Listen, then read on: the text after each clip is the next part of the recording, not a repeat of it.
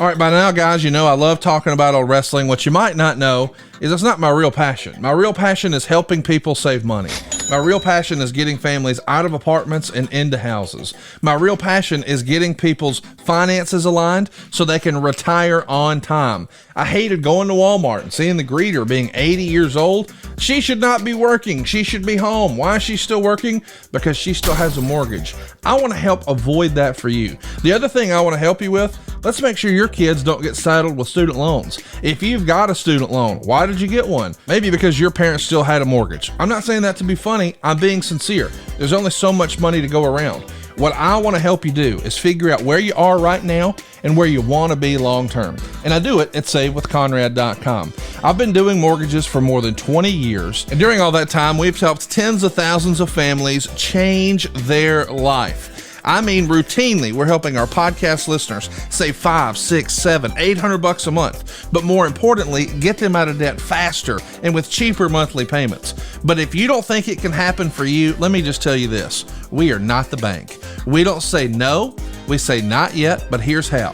We're going to get you a game plan on how to improve your credit, how to save a little bit of cash, and how to get into that dream house. Maybe you're already in the house, but it would be nice if someday we could put a pool in the back, or one day we want to upgrade to hardwood floors, or remodel the kitchen, or get a badass master bathroom.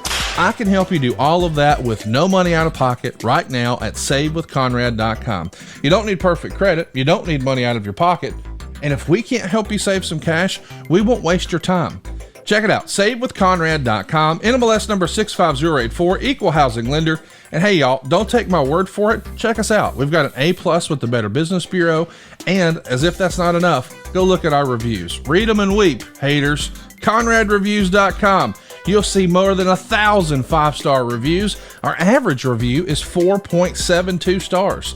Find out how much money you can save. Take control of your life in 2023 by taking control of your finances. We're going to show you how to keep more of your own money. If you've got credit card debt, what are you paying on that? 14%? 28%? You know you can do better. With the mortgage, though, you may not know this, the interest you pay is tax deductible. And we can even show you how to skip your next 2 house payments. So if you can get a lower monthly payment, pay your debt off faster, get a greater tax deduction at the end of the year, and right now, right after the holidays, skip your next 2 payments, buddy, this is the biggest no-brainer in the history of the world. Find out how much money you can save right now for free at SaveWithConrad.com, or hey man, shoot me an email directly, Conrad@SaveWithConrad.com. Hey guys, it's the hardcore legend Mick Foley here, and I need to call a quick timeout, a brief timeout, because I wanted to tell your listeners what I have been telling Foley is Pod listeners for a while now about all the cool things happening over on adfreeshows.com. The road to WrestleMania has begun, and in this ad-free shows exclusive, Tony and JR sit down to call the action from some of WrestleMania's biggest matches, including the end of The Undertaker's streak. Hard-hitting war. I thought that Taker kicked out. I was wrong. And maybe that's because of my prejudice that I wanted to see Taker win. Yeah, I would have liked to see 22-0 as well. But this is a historic moment. It really is, in not only in WrestleMania history, but in all of pro wrestling, if you think about it. What does everybody want? How about a sit-down exclusive with Al Snow, who discusses a wide range of topics, including his dear friend, Jim Cornette. Jimmy knows and understands his gimmick. And he knows and understands what draws for him. And like any good worker, Jimmy's going to capitalize on it, you know. And a lot of what you see is not Jim Cornette. It's an aspect of Jim Cornette. And it's just an aspect that Jimmy's turned the volume up on, apparently, as the years went on, a lot, you know. Ad-free show members recently sat shotgun alongside Kevin Nash for a live watch-along of his WWE Championship match against Shawn Michaels at In Your House 7. Catch the event now on demand. Bullet. A year of brutal matches was too much for the big man. Too much for the big man's shoulders as he continually reached those shoulders into his pockets and came out empty from the amount of money that was paid him. That's just a small taste, a sampling, if you will, of what we have waiting for you. With 4 levels to choose from. 4. See for yourself why ad-free shows is the best value in wrestling today. Sign up now, right now, at adfreeshows.com. Yeah.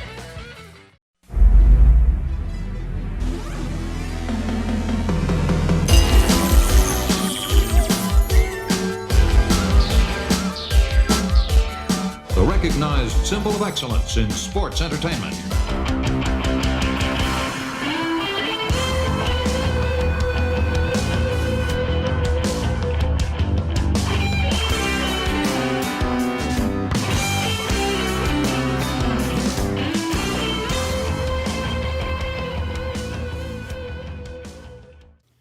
We are broadcasting from the Blue Chew Studios. Try Blue Chew free when you use our promo code ARN at checkout.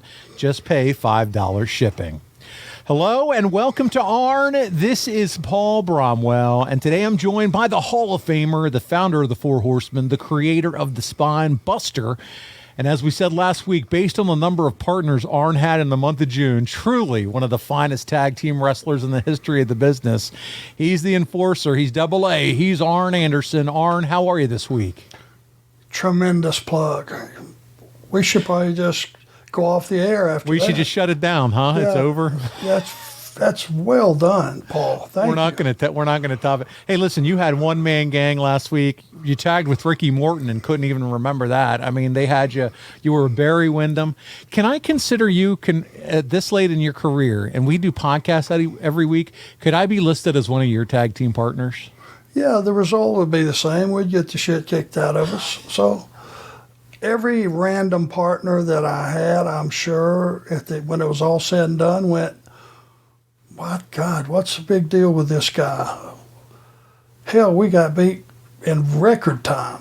So, Hell, if Larry Zbyszko got to be, a tag team partner of yours and called the Enforcers, then hell, I think I can be a tag team partner of Arn Anderson. Let's give it a shot. All right. Do you mind starting the match?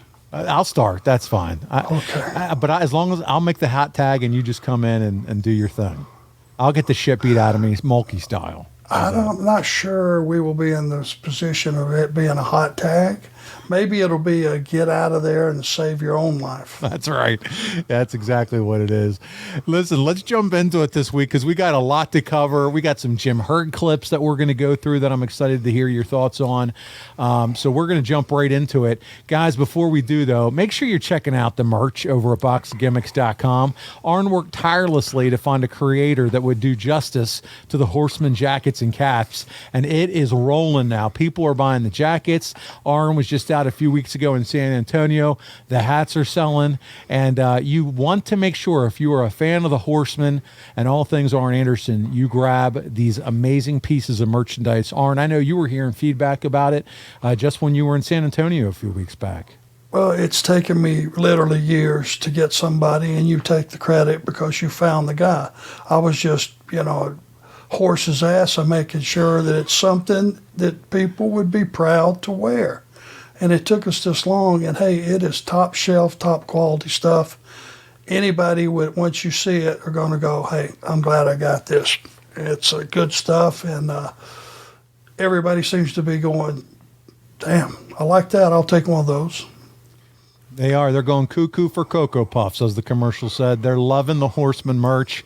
And so I want to thank Mark Rice and everything he did to help set me up with our partner down in Nashville. They're doing a kick-ass job.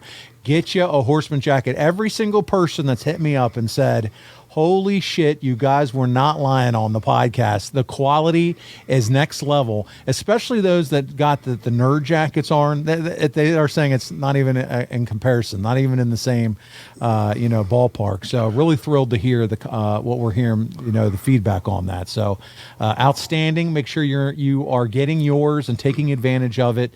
Hey, Valentine's Day is coming up. great way if your significant other says, what can I get you for Valentine's Day? You know what I'd love to wrap myself in?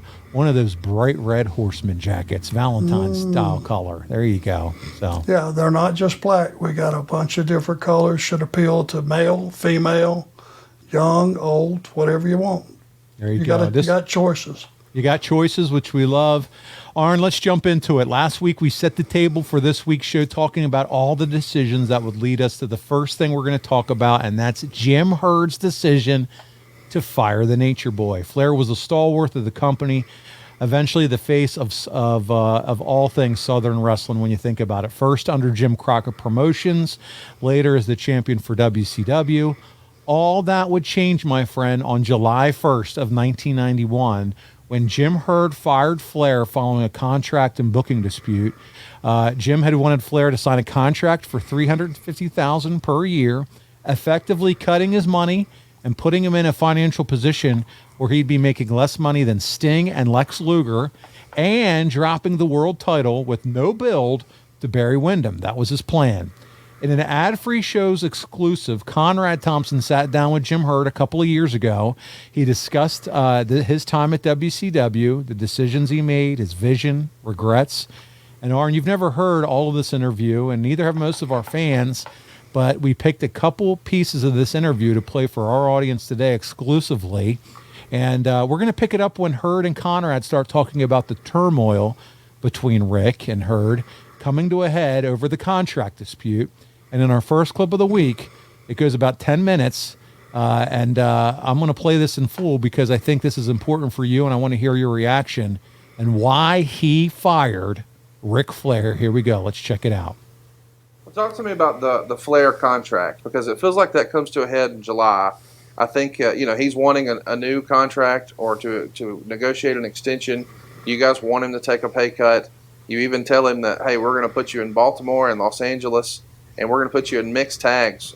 He's going to be teaming with Paulie Dangerously to take on Lex Luger and Missy Hyatt, who at the time was being managed by Jason Hervey, which is probably a whole other story. Yeah. But ultimately, it comes to an impasse, and I think it becomes a bit of a shouting match about that belt. And he's relieved of his duties. That's right. Talk to us about how I took the belt and I said, we own the belt. You don't own the belt. And he said, I'm the champion. I own the belt. And I said, no, that's the belt. It's the NWA's belt. And so, those things deteriorate into things that never happened or couldn't happen. And so he ends up at Vince. Vince sees another opening and he does it. Talk to me about the decision to not just let Rick drop the belt. I mean, Great American Bash 91, the posters and the commercials were already out there. It's supposed to be Flair versus Luger, and you want him to drop the belt. He doesn't want to. He wants a contract extension. You want him to take a pay cut. Eventually, it becomes just go drop the belt to Barry, and it just gets to a situation where he's not performing anymore at all. What was the reason for the divorce between World Championship Wrestling and Ric Flair? Did you ask him to take a pay cut, or were you just not willing to extend his current deal? I didn't want to pay the same amount that I was paying at the time because I was getting pressure as far as the money's coming in. And so, the dynamics never change. In your opinion, was Flair justified to dig his heels in, knowing that supposedly Lex Luger, who he helped effectively make a top star, was making $600,000. Sting was supposedly making more than that. Why would he make half of what those guys that he helped make? Luger never made more than $240. Okay. Never. Okay. So, and so the difference between his contract and Rick's contract was huge. Okay. And you can try to make them all happy because that's what you want to do. You want a happy group so that they will work together and do the same things that we felt we needed to do to attract the kind of eyeballs we need from around the United States to fulfill Turner's ideas of what he wanted. And that's always in the back of your mind when you work for Turner. He's not only a visionary, he's brilliant, and you've got to always remember that he sets the rules, you abide by the rules, and wrestlers don't understand that. You know, I set the rules, and you as a wrestler abide by the rules. And Ric just finally, it just wouldn't work with Turner's deal. How much of that was complicated by Flair's attorney, Dennis Guthrie? I read that you and he just did not get along at all. I didn't like him from the day I first saw him because he lawyerized me coming through the door. And I said, you guys, you may think you have all the tools, but I'm telling you one thing, my guy behind me has got the tools, and that's cold cash. Ultimately, in hindsight, do you regret the way that whole thing happened with Flair? It does feel a bit like, pardon the language, a pissing contest. Well, yeah, I do. I always thought that Ric and I were friends, and actually, it turned out that I don't think Ric ever really liked me that much. So, those things come to bear when you're negotiating who's going to be the champion and who's going to wear the belt and who's going to get this much money. And all those things come to the fore. And whomever is in the middle between the ultimate monies and the guys here is going to take the brunt of all the criticism. And that was me. Over the years, you've been criticized for trying to take the belt off of Ric and make other guys. I've always thought you had to try something, because even when Flair was your top draw and was drawing big ratings, you're still losing money. So you haven't really found the solution. You needed to find your Hulk Hogan, and for whatever reason, younger fans just were not as attracted to Ric Flair as they were Hulk Hogan. No. So you rolled the dice with guys like Sting and Lex Luger, and it didn't work. But it was certainly worth a try since you were losing money, right? Well, we were up to a point, and then when we decided to decrease the number of shows we did out in auditoriums and arenas and all, we started making money, big time. And it's called because we didn't have all the travel and all of the setting up and all the advertising and that goes with performing in a St. Louis or Kiel Auditorium or United Center in Chicago. You got a lot of work to do. And once we decreased our presence out in that arena, we started making money. Let's talk a little bit about Dusty Rhodes. Do you think Dusty Rhodes coming back and being on the booking committee is one of the other things that was sort of the straw that broke the camel's back for Ric? Because those guys just did not get along in 1991. Well, right? I think, number one, Dusty, at that point, had lost a lot of the energy that helped him become the star that he was. And then, as I said before, Dustin came on the scene, his son, and there were a lot of, he wanted to push his son, and we felt he was, hurting his own, and I can't, blast a father for wanting his son to succeed, but he was pushing Dustin to the point where he was hurting himself. Ultimately, it feels like you made one last-ditch effort to try to salvage this relationship with Flair. I think you guys met with him at a Ritz-Carlton in Atlanta on July 8th and had everybody sort of sign an NDA saying they wouldn't talk about this, but you offered him a one-year contract for roughly $750,000. That's what's reported. But at that point, it felt like it was just too far gone. Why couldn't you salvage the relationship there? Well, because those guys, as I said earlier, their egos wouldn't allow you to settle anything. They wanted to be the top guy, and they both wanted to make the top money, and at some point you got to decide which one do you want to go with. Let me ask, when you met with him on July 8th, was that based out of you recognizing, hey, maybe we need to let cooler heads prevail and we overreacted, or was it more because it was written in the Observer at the time, I believe, that TBS Legal had sort of forced you to try to make amends because technically you had no legal standing to fire him in the first place? Was it you reconsidering, or was it TBS saying you need to go try to fix this? Well, I guess it was a little bit of both. You're right. The TBS lawyers were nervous about law. How you were going to be sued, and sure, and who really, as you relate to the belt, who owns the belt? Right. The guy that won it fair and square, or if you the circumstances surrounding the world's greatest lie, right, is hard for lawyers to digest. Arn, probably the first time you saw that interview. What do you have any immediate thoughts as you watched that back for the first time?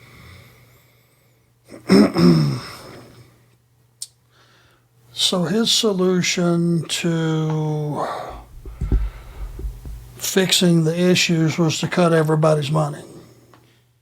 And it seemed like to me, especially as we listened to the very opening, was Turner was saying, here's your pie. You need to make sure that everybody gets their slice.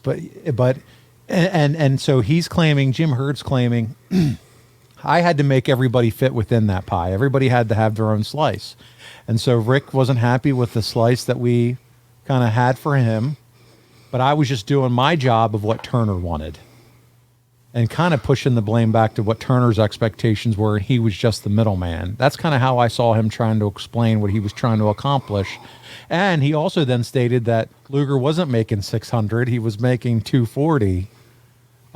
So that's a big difference in numbers, from 600 to 240. So it's like, I don't know. I mean, do we know? Is it documented what Luger? So do you believe that? Do you believe Lex was making 240? Listen, I'll give you some facts, okay? Lex, with Jim Crockett Promotions, when he came in, they were sky high on him. Lex got a $350 per year.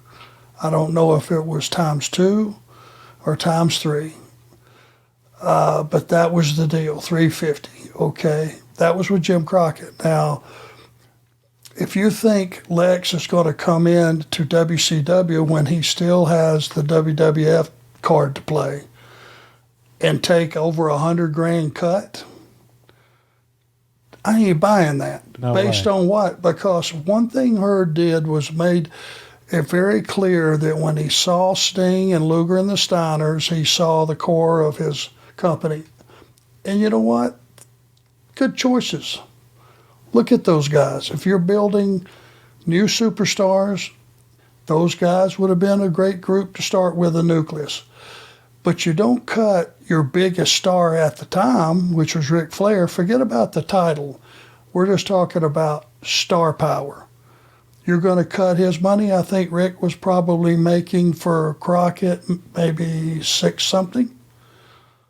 I'm just guessing now. Now you're going to cut him down to 330. Another thing, Rick, said, well, it was Rick put the deal together with Hurd for Tully and I to come back from WWF. Okay? They offered us $250 ×3. Now, you're telling me now that went south when Tully, was not brought back. And the quote to me was, when I went in to sign my contract, is, we're going to be honest with you, Arn, we're not hiring Tully because of his legal issues, and we're going to cut your money over the 3-year period from $250 ×3 and make it $250 to, or let's see, it was $250, $200, No, it was 3 times 250. I'm sitting here, I'm so flipped, I was drawing a blank. It was 3 times 250 was my deal. Okay. Okay, and we're going to cut it 50 grand, so it went from 250 down to 200 per year. 200. Yep, and then what? 156. I guess would have been the 3 years, right? So did they cut 50? Did they go 200, then 150, then 100? Like they scaled down 50 each year? No, I kept 1 year at 250, Okay. then 200, then 156. So it was a total of 150 grand it cost me. I got over the 3-year period. Okay. Now you're telling me they're going to bring me in, and originally with my deal, and I'd be making more than Lex Luger? Yeah. Do you think that's a fact? No That's way. Bullshit. There's no way that was going to happen. So there's another chink in the armor about telling, lies. That Luger was making 240. Yeah. Yeah, that never happened. Yeah.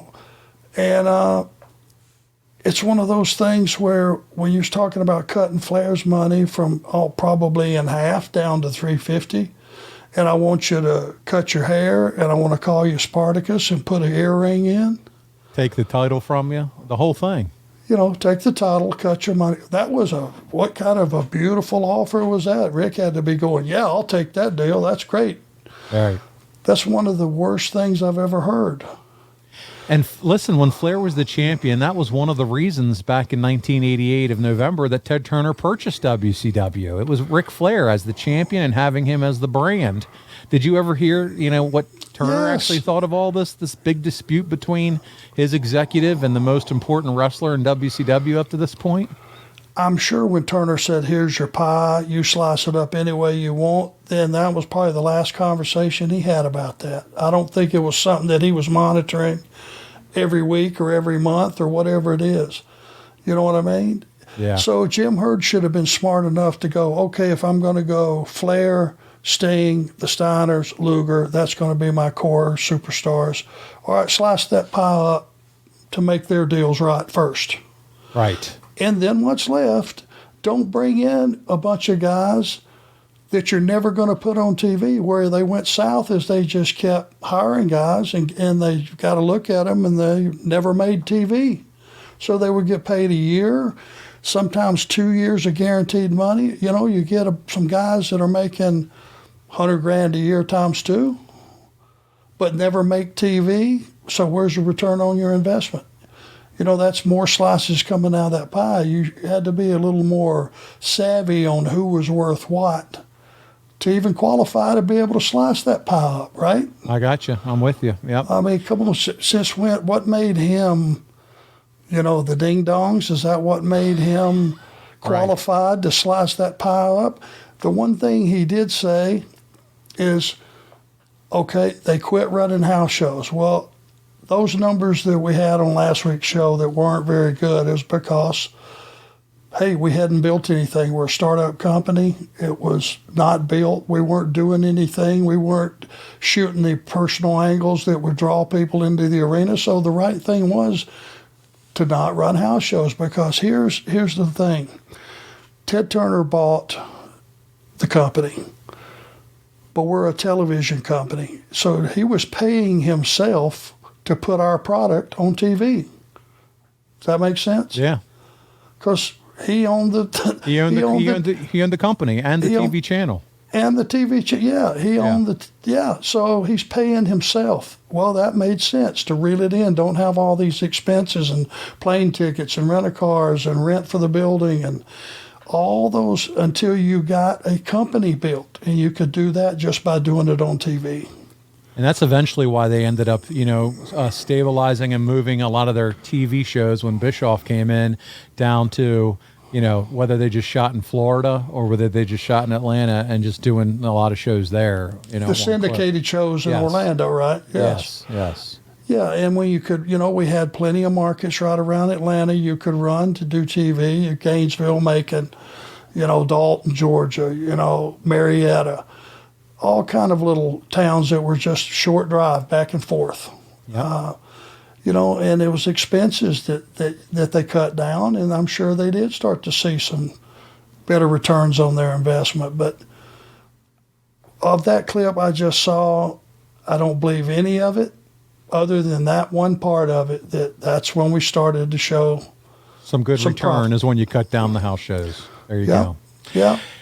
I want to pause this episode of Arn to make you aware of something that Arn and I are really big fans of, and that's Jimmy's Famous Seafood. If you've not eaten there, then you don't know what you're missing. Check it out, jimmysfamousseafood.com. They ship food nationwide, and right now we have an offer for you. Free 2-day nationwide shipping on orders over $125. Now, that excludes steamed crabs and some fresh items, but $125. They have items like crab cakes, soups, chowders, oysters, signature steaks. I'm telling you, their crab cake egg rolls are to die for. I get it every time I go. When you use promo code ARN, just those 3 letters at checkout, you're going to be able to take advantage of that free 2-day nationwide shipping. They have several packages that make great holiday gifts, such as the famous gift box. That includes 4 of the world's best colossal Maryland crab cakes, 2 different crab soups, crab dip, seafood seasoning, and their signature base sauce. Or there's the tailgate bundle. 2 pounds of wings, a full rack of ribs, a pint of crab dip, and crab cake mix. Or you can create your own package, and boy, do they have options. They've been in business over 40 years. They've been featured in diners, drive-ins, and dives, and Bobby Flay, and so much more. So check it out, jimmysfamousseafood.com. Use promo code ARN, and you'll get that free 2-day nationwide shipping. Again, it's going to arrive so quick, fresh, ice cold, and you're going to be the hit of your next gathering. Take advantage of this offer right now. jimmysfamousseafood.com, promo code ARN. And then he says too, I wanted Flair to lose the belt to Barry. Obviously, it's a cold program, no build up. Drop the title to Barry, to then have him lose it to Luger at Great American Bash. Do you remember any of that creative, or why that would have come up, or why that was a Jim Herd's option, I guess, for Flair at that point? Well, I remember Barry being promised had to come from Herd that he was going to make him champion at some point. But the thing about it is, if you're going to make Barry the champion, then you build Barry properly and you have him win 1, 2, 3, and you have him beat Rick. That's how you become a champion. You don't beat a interim champion. He wanted him to beat Rick to take the belt and Rick to do the job to lose the belt. But again, to your point, there was no story. There was no build. It would just been a cold match to usher the belt off of him instead of what happened, which was Flair took the belt with him, and then they had to do the whole, deal that they did at Great American Bash.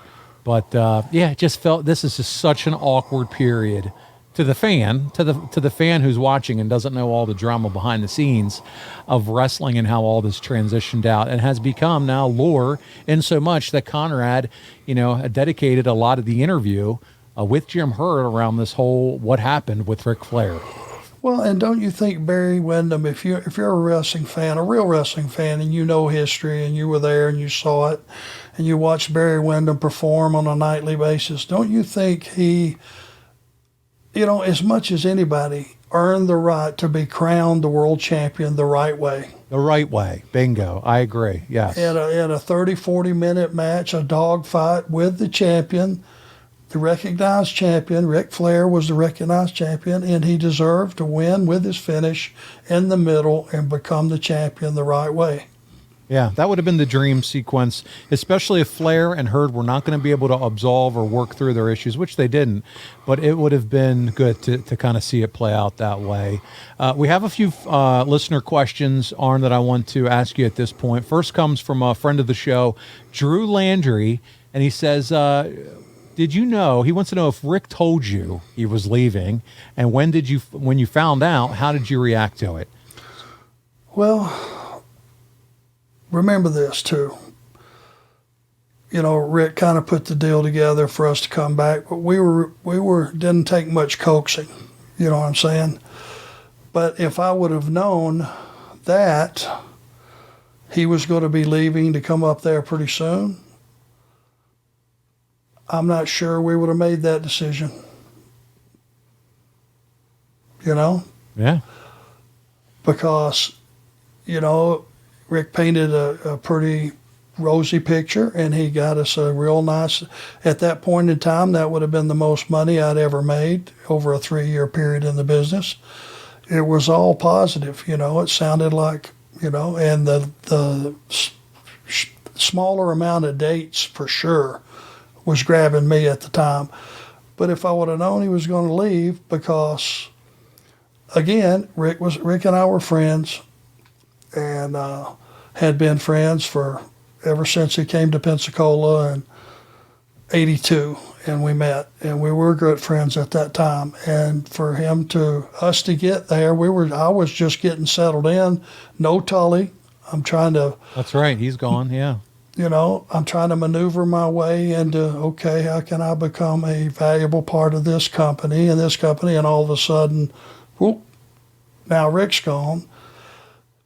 I'm sure there are a lot of people that were sitting there going, okay, there's a price to pay for being Rick's friend. Yeah. And it's, and I'm going to ask it right now because this is the perfect follow-up question from a wrestling historian. He says, did you and Barry and, any other group consider going back to WWF at all with him? Never. Okay. And it wasn't an option. They weren't offering us that. And I wouldn't have done it anyway. When I left there, I worked a 90-day notice, which is unheard of. And had Vince wanted to, he could have just beat me on TV every week for 90 days, if he had chose to. He was smart enough to let us go ahead and have our run and keep our value right up until the point that I left.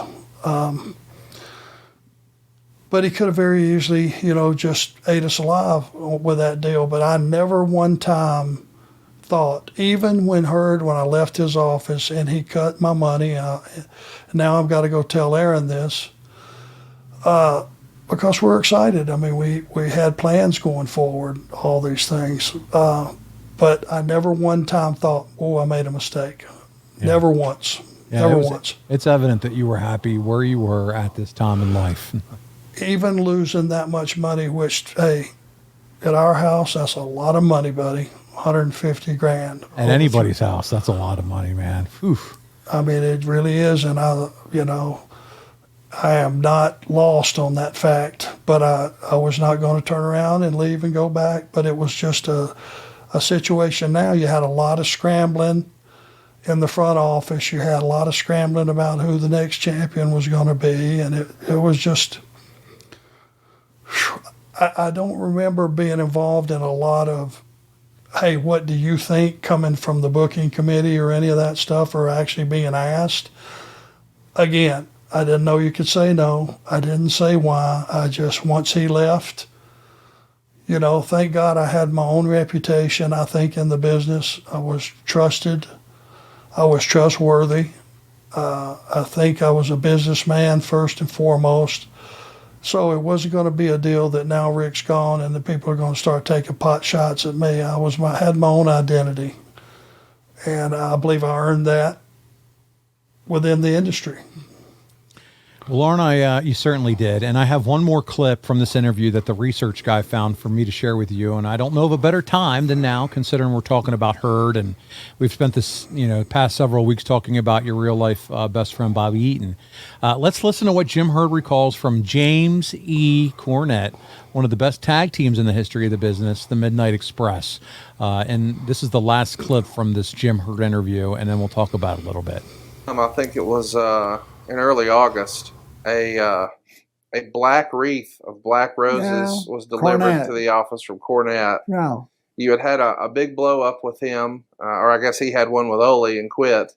I think he was upset that his boys had been fined $500, and he didn't like creative where you guys pitched an idea where you were going to hit him in the head with a pumpkin, and they had lost too much, and they just weren't happy. And perhaps Jim was just burned out. But we haven't spent a lot of time talking about him. Look, guys like Cornette, and believe me, I liked Paulie, but Cornette, his mouth, which made him, eventually destroyed him, because he his mouth with the vitriol that he used and against people and me. But he basically, I didn't find his wrestlers. He had two small guys. And you know, and everybody knows, that two small guys wrestling, even if they are good wrestlers, have a tougher time drawing fans than the large gig, bigger than life guys. And he was their manager, and of course now they're splitting their honorariums 3 ways instead of 2. So, you know, there was a lot of give and take on the side of that, but I didn't find his wrestlers, but I did say, look, either you can't have any more money, so, you know, you're either going to have to get some other wrestlers or they're going to have to get another manager. And that's where it all deteriorated into, you know, whatever he wants to think it is. Did you have a good sense of humor about the black wreath that was delivered? Yeah, I thought it was funny. It was charred and whatever, and I took it over to Ross's office, and he brought it back. Anyway, it was one of those deals that Cornette was famous for, and Cornette was another. He was another guy that lost because he would gouge his forehead or near his eyes or whatever, and bring blood if he had to if things weren't going well in the ring or whatever. You know, he's another one of those violent type supporters, and we just didn't want any more of it. I want to talk a little bit about Steve. So, Arn, we got a little bit to unpack there. First of all, his take on smaller guys not drawing money. He's talking about Stan Lane and Bobby Eaton. Before I even get there, I forgot to give you one important fact. When I went in to sign my contract, and he told me he wasn't going to be hiring Tully, I don't think I said this. He said, and Arn, you guys, you're just not worth as much as you guys were worth as a team. That's the reason I'm cutting your money. You as a single is not as worth as much as you guys as a team. He's talking out of his ass everything he says. Bobby and Stan are too small. Come on. The Rock and Roll Express are too small. Shawn Michaels is too small. Rey Mysterio is too small. Eddie Guerrero is too small. Small guys can't draw money. Because you got to group them all in there. Because that was a general statement. Small guys have a hard time drawing money. That's how much that dipshit knows about the wrestling industry. Yeah. He just exposed himself for why WCW was headed the way it was under his leadership. And just he was looking at big guys, and that's all he looked at. He wouldn't have known who drew money in the territories that they had been working in and how they did it and why. He had no clue about that. It was just appearance only, and big guys, small guys had no value. Well, guys with small brains don't know how to run wrestling companies. I think we learned that too. Well, he just gave us a look inside. We just took a look inside the mind of the guy that made all those decisions on the front end of WCW. Well, there you go. So this interview, by the way, with Jim Herd is available in its entirety over at Ad Free Shows. $29 a month will get you that and all the conversations with Conrad. And I'm telling you, they dig in on a lot of other stuff. So you can find it all Ad Free Shows. The best value in all of wrestling. But Arn, I'm so glad that it just seemed apropos to play some of this, because this was all going on around this era of your career. This is the guy, Jim Herd, that was your boss, that you were dealing with, that you were working contracts out with, and that Ric Flair was having these battles with in July of 1991. So I want to give a shout out to our research guy for pulling those in for us this week. With that, we're going to continue on with what was going on here in July 91 with you. And that was because this was something that hardly ever happened publicly in professional wrestling. The champion, he's leaving with the belt. Herd gave the WCW audience an explanation of Flair's departure on July 13th, and it was on Worldwide. And we have the statement in our next clip here of the week. Let's watch the statement now. This is clip 3. This was Worldwide Wrestling. Now, this is Jim Herd many years earlier than what we just saw if you're watching us on YouTube. This is from July 13th, 1991, his explanation. Wrestling fans, Jim Herd, Executive Vice President of World Championship Wrestling, with a very important statement for you fans. World Championship Wrestling is saddened to report that after extensive negotiations with Nature Boy Ric Flair, stretching over the course of nearly 1 year, the parties have been unable to arrive at a mutually satisfactory contractual relationship. As a result, the WCW board has decided that the best course of action for WCW and its fans is to declare the World Championship title vacant and to determine a new champion at the Great American Bash this Sunday in Baltimore. Lex Luger, the #1 contender and current United States champion, will remain on the title card at the Bash.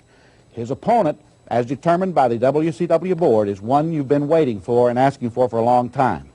It's Barry Windham versus Lex Luger at the Great American Bash in Baltimore. On a personal note, I'd like to take this opportunity to extend my best wishes to Ric Flair and wish him the best in the future. He is a great champion. So there it is, the statement from Jim Herd, and that's going to put a bow on his explanation to the people. And that's a bunch of shit. He didn't mean any of that. What a blowhard. The fact of him extending, Ric Flair well and his best wishes and all that, such corporate BS. So there it is. One thing that we want to note here, Arn, is that Flair does take the big gold belt with him. We all know that at this point, because WCW did not return his security deposit. Flair wanted that deposit back plus interest. Herd refused. He mailed the title to Vince. And until TBS sued Vince, the title was actually shown on WWF programming. First seen during a segment with Bobby Heenan, who teased the arrival of the real world's champion. Arn, you always said yes. You've talked about it. You always tried to do the right thing as far as business was concerned. So let me ask you, was Flair justified to take the title with him? Well, number one, we probably should back up and cover one thing. They offered him in a final negotiation $750. That's right? what we learned, yes. Okay, well, doesn't that tell you that that's what he was probably making or what he was worth? That's a good point. And they finally buckled and was, because if they truly didn't feel like he was worth any more than $330, why would they go to $750? I guarantee you TBS and Turner got involved and lawyers got involved when they heard Flair was headed out. Well, I'm sure this got leaked out to the fans, and the fans did not want to see Rick go to WWF. Rick was an NWA guy. He was, yeah. It was so weird to see him in WWF at first. Well, I'm sure there was an outcry. I'm sure there was no social media, but I'm sure whatever vehicles were able, there was an outcry of do not let Ric Flair, who's the face of the company, leave. I mean, fix it. And which they didn't listen to, right? Yeah. The thing about it is, if in this business, promoters, whatever they are, owners of the company, do not pay you more than what they feel you are worth, unless it's in their own best interest. Let me just put it to you that way. They just don't, because they don't have to. And that was the telltale sign. Okay, now getting back to what was the question? The question is, do you think Flair was justified taking the belt with him? His point was, listen, they didn't return my security deposit that I put down on the belt. So do you feel like he was justified to take the belt with him?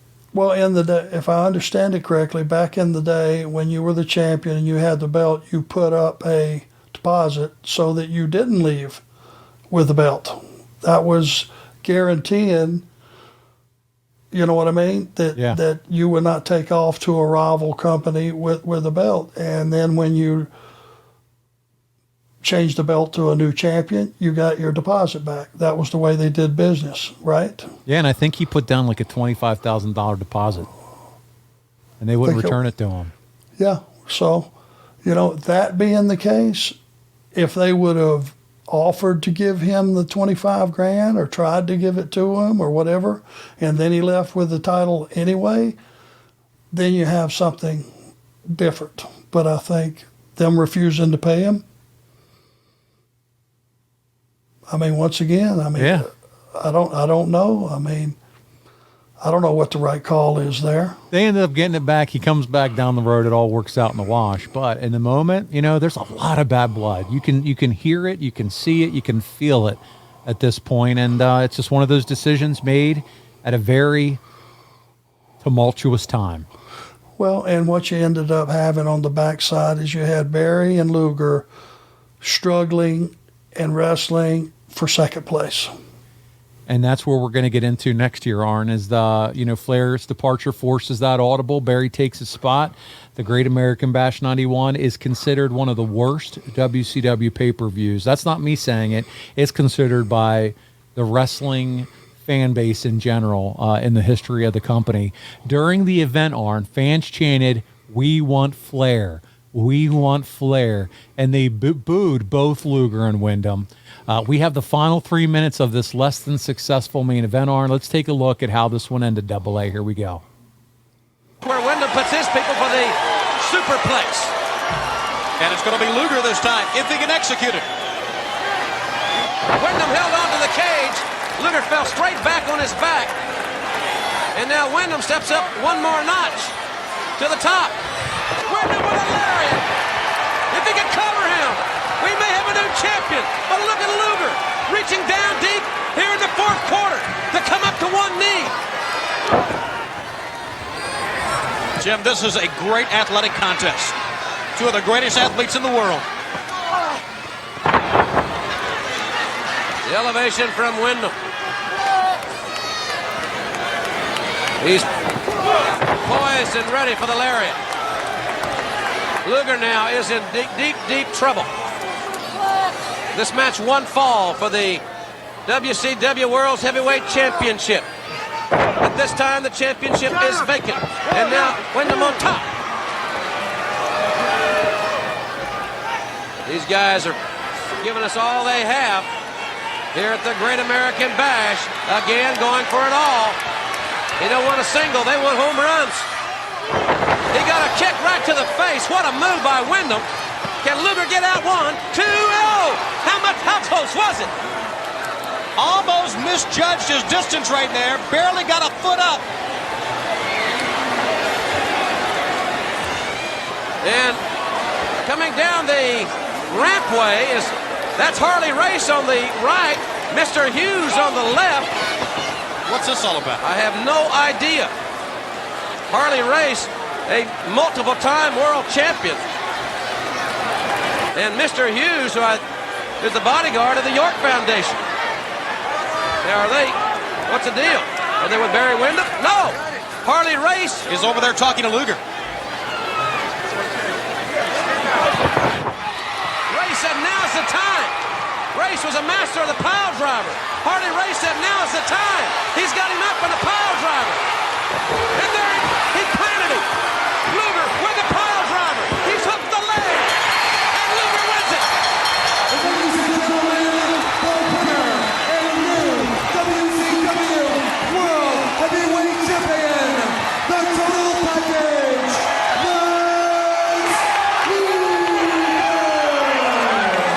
Lex Luger has won the WCW World Heavyweight Championship with that Harley Race pile driver. And there's Mr. Hughes. I'm somewhat baffled about their presence. Speaking of Hughes and Race. They had to gimmick a belt for that match for Luger to hold one up because they didn't have the official one ready yet, which, by the way, you can get a history lesson on that from Dave Milliken and Conrad over at Ad Free Shows on Title Chase, that series. But Arn, I mean, I want to ask you, how difficult is it to have no build? They had no story. And then you're just the alternative here. Flair was billed as the match. He was the main event, and the crowd's chanting, "We want Flair." How difficult is that got to be for a guy like Barry Windham to come in and just play that role? Oh God, it's it's damn near impossible. Oh. And they're chanting Flair. That was one of those vehicles we were talking about earlier. The fans used what they had at their disposal to let you know their distaste in what you were doing. If they're chanting Flair during that match, that was one way. Since there was no social media, that was their way of going, what are you guys doing? Right. That was the way of voicing their opinion to the world. 100%. And it just, the guys are working their ass off out there, but, the title was about Flair. And I don't know what you do in that circumstance, Arn. I mean, we look back on it today. Is it an immediate, hey, let's start a tournament? I don't know. I don't know what you do. Obviously, they consider Luger to be number one contender. He's supposed to fight Flair that night for the belt. So it's hard to say what the right call was, but that just felt it obviously was rushed, had to do something, and Barry just has to be the sacrificial lamb. The only answer that I can come up with, and the only truth that I can tell you, there is no second place. Yeah. It wouldn't have mattered, Whatever they did, it was going to go. It was not Flair Yeah. defending the title and dropping the title. Anything, it was a distant. Anything else was a distant second Anything else place. sucked. Yeah. Yeah, it did. Well, Arn, listen, in case you forgot, buddy, you closed the show. You closed the show for this one. Oh, and there's a story behind that, too. I can't wait. You team with Paulie Dangerously against Rick Steiner and Missy Hyatt inside a steel cage.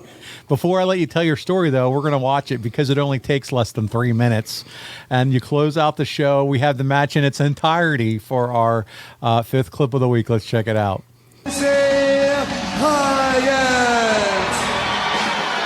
tag team partner from Detroit, Michigan, weighing 265 pounds, one half of the WCW World Tag Team Championship.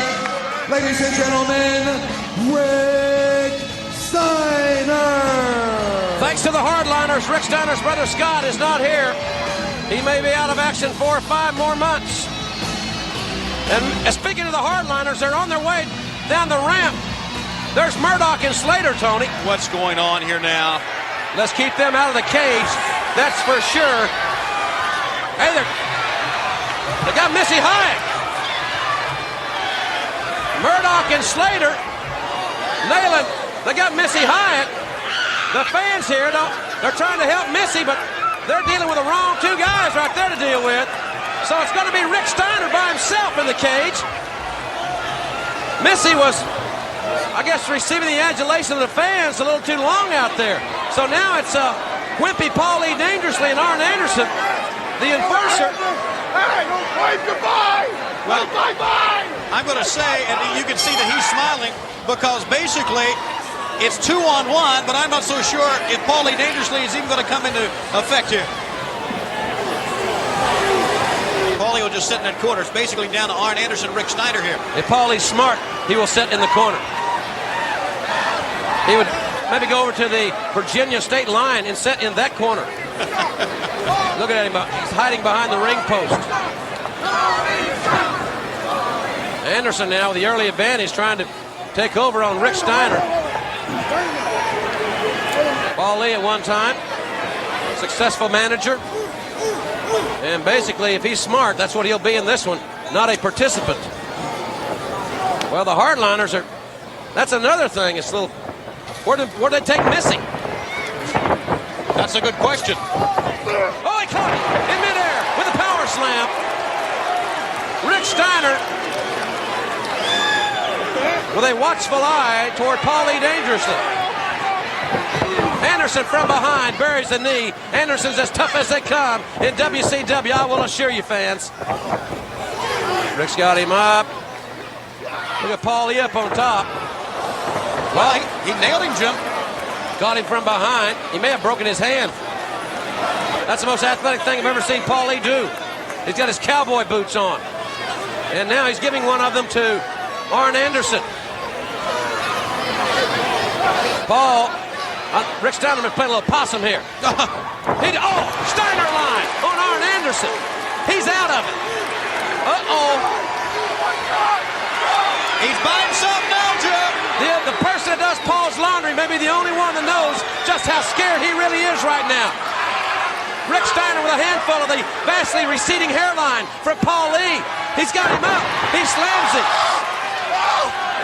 Is it Steiner line time? Oh, Steiner line! Paul Lee was Steiner line. And Rick Steiner pins Paul Lee dangerously. Ladies and gentlemen, the winners of the match, the team of Missy Hyatt and Rick Steiner. Well, it's really easy to see why this was considered one of the worst pay-per-views of all time, Arn. It followed a match that nothing to do with the match, but the conclusion and the story left a sour taste in everybody's mouth. They literally looked at me and said, "You got 5 minutes to get the whole thing done. We're off the air. We're off the air." Wow. What are you going to do? I mean, what? I don't even remember why Missy and Paul were there. Did you see, by the way, Dick Slater and Dick Murdoch, when they grabbed her, that fan took swings at Dick Murdoch. He flipped Dick Murdoch's hat off, and Dick Murdoch took a swing at the fan. Security finally came in to pull him back. I don't know what that idiot fan was thinking, by the way. He's just lucky he didn't slap Dick Slater in the head. Oh. but anyway, so that was for those fans that are watching. That was a little nutso. That was a little nutso at the beginning, and they ran off with Missy. But then, yeah, I mean, it was just like, what are we doing? What did that even do for us here? It was just to put a period on a bad story. I mean, there was no time to have a match, to have a story, to have anything. It should have never went on. I mean, in a cage, it didn't mean anything. You know what I mean? It had meant nothing to it. It didn't. Arn, we're going to get into a couple questions about this match, and then we're going to talk about our favorite sponsor. Matt Richards wants to know why two of the greatest wrestlers ever, you and Rick Steiner, were only given 2 minutes and 8 seconds in a cage match to close the show. You just told us. They basically said after that whole match, you guys got 5 minutes to do what you got to do. We got to get off TV. Yeah, and we're off the air no matter what. You're either done or we're going to go off during the match. Wow. So was that just timing issues with that Wyndham Luger match, or what? Whatever the show is that came on after this. This was a pay-per-view, though. This is a bash. Oh, this is a pay-per-view. Okay. Yeah. I think it was a situation. If you went over the allotted time, it's going to cost you a pretty penny. So whoever's timing the show out is either struggling with it or something went over that shouldn't have. Yes. Yes, I mean, don't get me wrong. Rick Steiner could have beat me in 30 seconds and never looked back. That's not the point. You want to give the audience something to go home smiling about.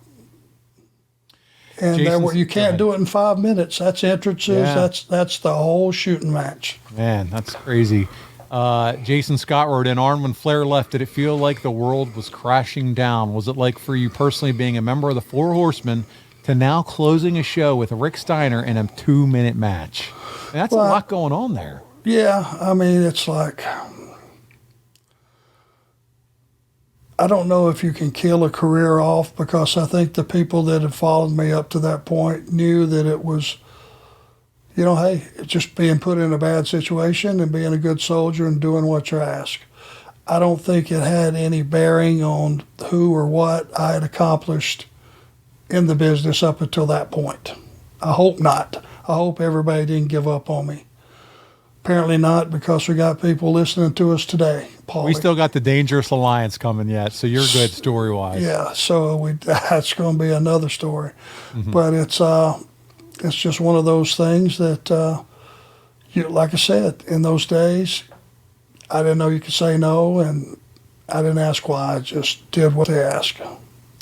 Our final question about this match comes from Bryant Haremza. He wants to know if you recall why Missy was pulled from the booking.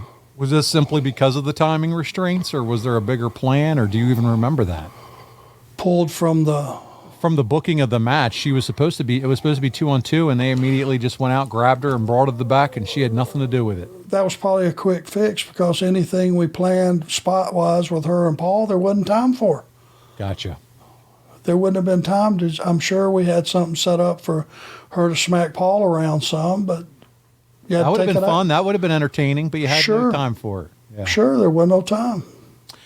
Arn, it's abundantly clear that the Great American Bash was an utter failure on all levels. The fans demanded something different. The product failed to deliver, and the action was lackluster from start to finish. And guys, if I just described your last sexual encounter, it's time for you to hit the hat tag from one of our oldest and most loyal sponsors, our friends at Blue Chew. Isn't that right, Arn?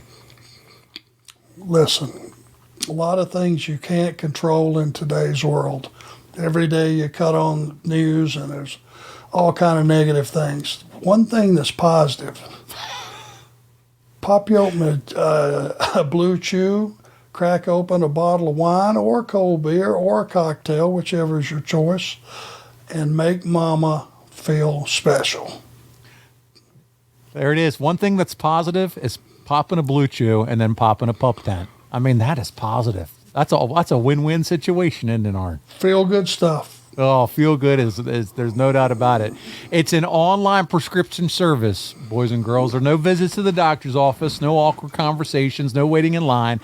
It ships right to your door in a discreet package. You've heard us talk about it. Not a small package, but a discreet package. And it's simple. You sign up at BlueChew.com. You consult with one of their licensed medical providers. And once you're approved, you're going to get that prescription within days. And the best part, it's all done online, as I said. And if you don't like swallowing pills, no problem there. They have chewable tablets as well. And we know there's lots of reasons why guys can't perform, whether it's performance anxiety, getting inside their own heads, whatever the case may be. Maybe it's age. Maybe it's a side effect of some medication you're on. You don't have to worry about that when you have the confidence of popping a Blue Chew. So listen. Do it. Go to BlueChew.com and make sure you perform at your very best. Try Blue Chew free. That's right, free. When you use our promo code ARN at checkout, just pay $5 shipping. That's it. Go to BlueChew.com, promo code ARN to receive your first month free. That's BlueChew.com/ARN, and you can go to BlueChew.com right now for more details and safety info. So, Arn, a week after the Great American Bash, you found out your next tag team partner. Because, buddy, that's just what happens with you around this time period. It's tag team partner after tag team partner after tag team partner. And he reminds everyone that he beat Bruno. I beat Bruno, San Martino. And, Arn, you nicknamed him the Cigar Store Indian. That's right, Double A. It's the birth of the Enforcers. You and Larry teamed together for the first time on July 20th, 1991. So if you ever want to get that tattoo of a special date on your body, it's July 20th, 1991, forever etched in history. You and Larry become tag team partners. It's an enhancement match, our sixth clip of the week. It's the debut of the Enforcers. Here we go. Johnny Rich would love to make the tag, and indeed, he certainly needs to, but Anderson and Zbyszko know that as well, and they aren't allowing that. Backdrop, and this young kid, Scotty Allen. You know, so this is not Michael P.S. Hayes or Jimmy Jam Garvin in the ring either, JR. Well, that's a very good point. Even though Allen and Johnny Rich try to make a competitive team, they are not the United States Tag Team Champions. But look at this team, stomping again on the back. They know exactly what they want to do. They have one thing on their mind out here, and they are executing a great game plan as Arn Anderson leers down at Diamond Dallas Page. This isn't his corner. Yeah, it is, as a matter of fact. I hope we don't have any more problems here at all. A little uneasy about this situation. Anderson now back on his other side of the corner there, as Zbyszko again slams Allen.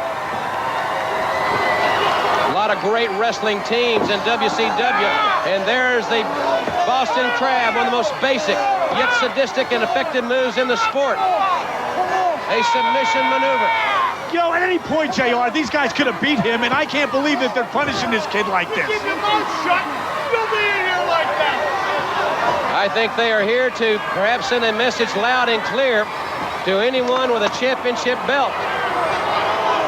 And with you sitting here at ringside, they're giving you a first-hand look at what they would like to do, obviously, to the Freebirds. Well, let me tell you something. Oh, there's a spine buster. Ooh, and all has come from the crowd here. Well, ladies and gentlemen, the winners of the match, Arn Anderson, the living legend Larry Zbyszko, the Enforcers. Well, Nyman, we'll keep our eye on the contract signing, keep us abreast of the negotiation. The Enforcers. Arn, how'd you like this? You and How Larry, long the ago was that after the Steiner match? How long did this Oh, this was happened? pretty. So the Steiner match was what, July 15th? This is World Championship Wrestling on the 20th. 5 days later, we had a new team. Yeah. Oh, okay. So I guess Larry wasn't doing anything at the time. But listen, you guys really stretched those boys out on that match. Yeah, I mean, Larry could go. When Larry wanted to wrestle, Larry was real good. He really was. Yeah, and listen, I know we like to have a lot of fun with you guys, but with that, we're going to do one more clip this week, and that's it. We're done, but it's a promo with you guys from July 27th to wrap up the month, 1991. Jim Ross conducts an interview with you and Larry, and I want to hear what the Enforcers have to say. Let's check it out, Arn. Impressed in recent weeks, ladies and gentlemen, watching the Enforcers in action. We heard their challenge to the Freebirds for the United States Tag Team Championship. Next week on the broadcast during the World Tag Team Title Tournament, they will take on the Young Pistols. Larry Zbyszko, Arn Anderson have to be leading contenders for any championship they choose to go after. Yeah, let me tell you something, Ross. Once upon a time, there was a creature that walked the face of the earth, and he was a feared thing. He was the kind of guy that would look death in the face and spit in its eye. And his spirit sat on the horse next to Attila the Hun and rode in the car next to Frank Nitti. And slowly technology has beaten this creature down to where in the 1990s, he's on the top of the endangered species list. And I'm talking about the real man. From a time when men were men and women kept their mouths shut. Then we had these idiots like Charles Darwin, Dr. Spock, L. Ron Hubbard, convinced all these fools that the pen is mightier than the sword. But you know what? When the pen fails, the world calls in the Enforcers. And as far as I'm concerned, the two last real men are right here. Larry Zbyszko and Arn Anderson.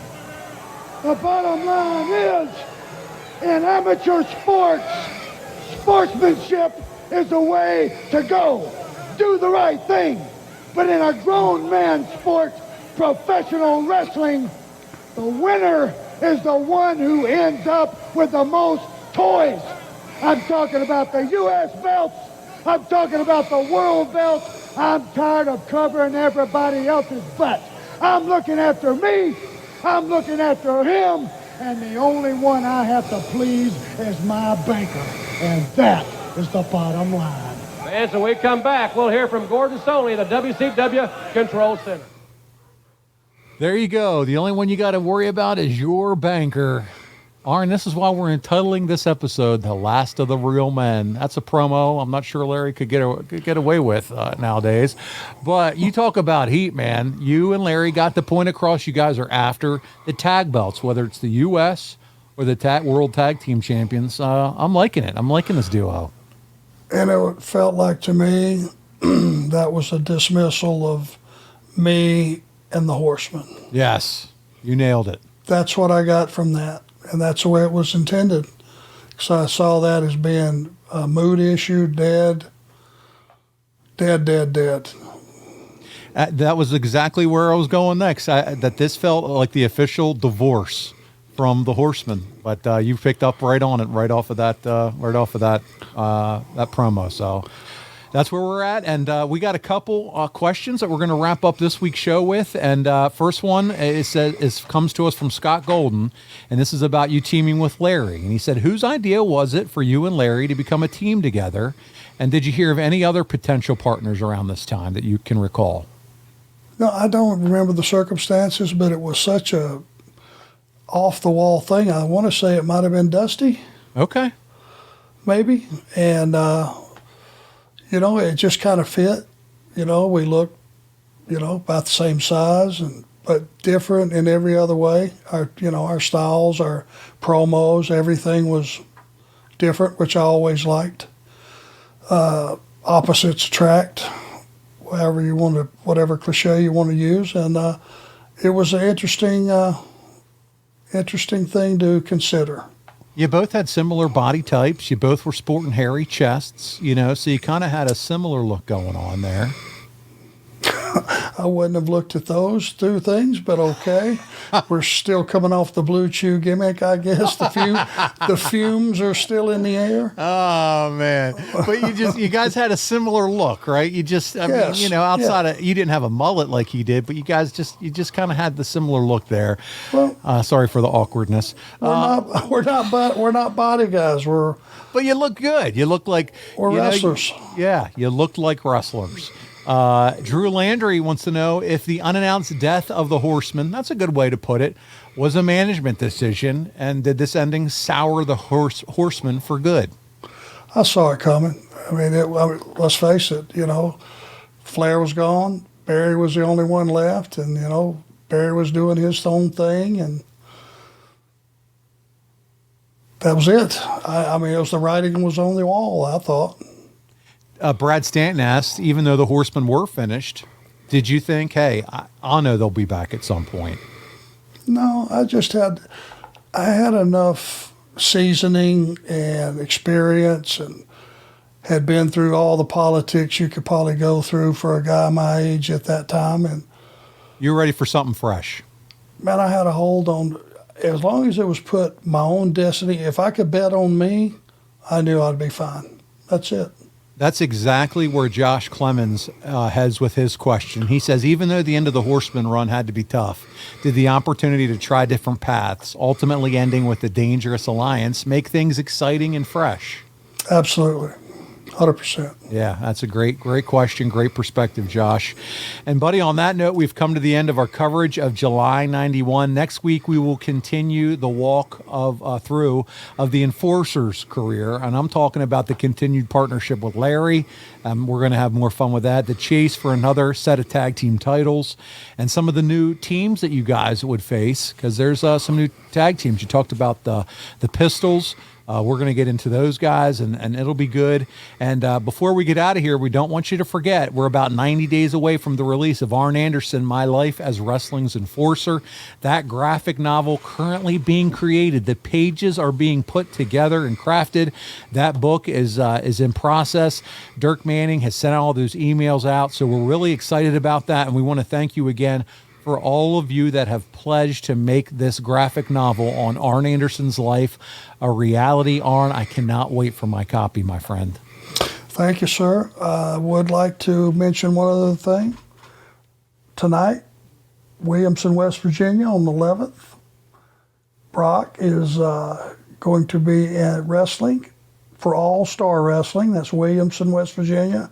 I will be there. We're going to do a signing prior to that, so not too far from Charlotte, up over the mountain. We're going to get some more reps. So anybody that's in the listening area, drivable, come on down, see us. We'd love to see you. There you go. This show drops on the 11th of Saturday. But for our ad-free show members, too, if you're in the area, you get this early and ad-free. And if you're within driving distance of West Virginia, that's the place to be to see both Brock and Arn on the 11th. And, man, sounds like a cool opportunity. Arn, are you going to be doing meet and greets there or just to kind of be in? Are you? Okay. Both of us will. And I think unless it changes now, and we're excited about this, I think Brock is going to be teaming that night, one night only, with none other than Heath Slater. Oh, there you go. And he's just fighting for his kids. Yeah. Yeah, and one of my favorite people. Oh, that's cool. Heath Slater's a mess. Can't wait to see him and visit with him. There you go. Awesome. Well, listen, we wish you nothing but success. Arn, we're going to do it all over again. Guys, by the way, hit up our social media. Look for those Ask Arns, because after we get through August, then it's time for another Ask Arn Anything. So make sure you start thinking of what those questions could be. Hopefully, this has been a really fun opportunity for you to get inside the man. And, hey, we just watched a lot of that Jim Herd stuff. If those didn't prompt some questions, maybe about that period in time or some things, then I don't know what will. But, man, this has been a lot of fun with you, Arn, this week. We're going to get together and do it again next week. On behalf of the Enforcer and the founder of the Four Horsemen, Arn Anderson, this is Paul Bromwell, and we'll see you right back here again next week for another episode of Arn